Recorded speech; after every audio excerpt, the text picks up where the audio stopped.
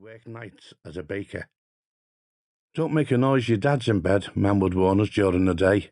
And then, at about 7 each evening, she'd say, "Give your dad a shout. It's time for his tea." Downstairs, Mam set a plate of chips and an egg on the table, alongside a copy of the Liverpool Echo. We lads hovered round him like gulls scavenging chips. Mam used to scold him for feeding us, but my dad seemed to survive on just tea and toast, or the cheese and crackers that Mam saved him for special. I know they loved each other.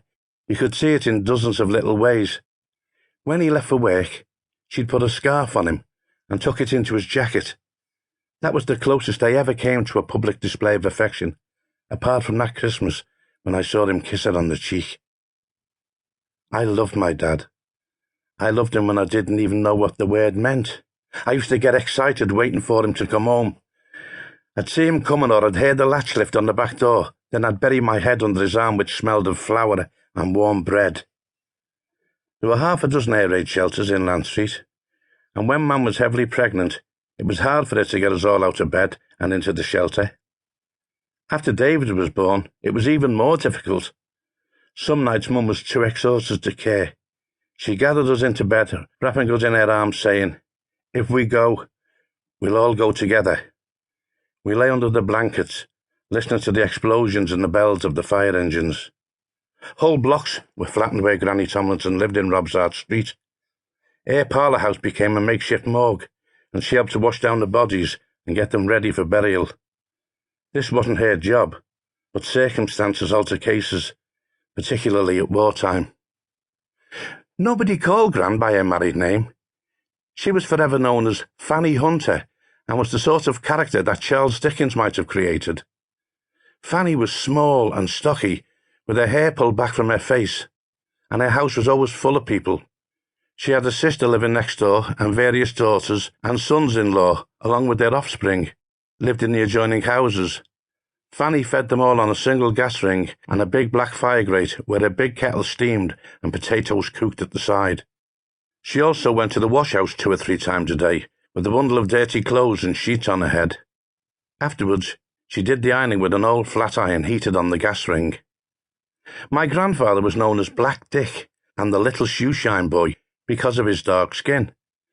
According to my Auntie Dooney, all of his brothers and sisters were white, and as a kid I used to think it was his job, mixing the black pitch to repair the roads, that made his skin so dark.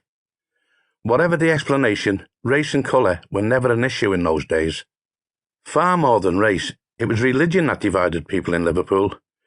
Religious intolerance was part of the fabric of my childhood, ingrained into youngsters in 1,000 ways. Catholics were different. It was us against them. But religion didn't seem to figure as large in Mum and Dad's thinking. Live and let live seemed to be their attitude. No one was rich, and no one was poor in Land Street. We were all in the same leaky boat, struggling to make ends meet. Mam cleaned 2 pubs and worked in a washhouse, and she also dyed our clothes or altered them to make them last a bit longer, because we couldn't afford new ones. In the kitchen, she weaved the same sort of magic. None of the meals were fancy, but there was always plenty of bread and potatoes. The winters were bloody freezing. By the time the coalman came through the streets, we were usually down to nothing but dust and fragments.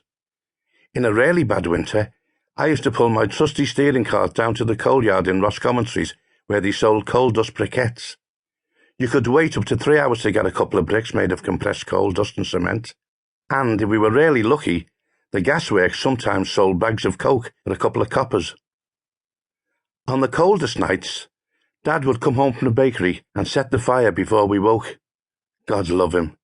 By the time we came downstairs, the kitchen would be warm and a big pot of tea and fresh barm cakes were waiting on the table. Then he went back to work for a few more hours. During the day, he slept and did chores around the house. His only vice was a little flutter on the horses of a Saturday. "Don't tell your Mam," he'd say as he checked out the form guide. I don't think Mam really minded. It was only ever a couple of 2-shilling doubles. Dad didn't drink much. A couple of pints would be enough.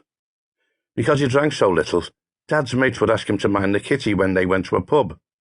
Dad would act as though this was a real chore, but in truth, I knew exactly what he was doing. He always skimmed a little.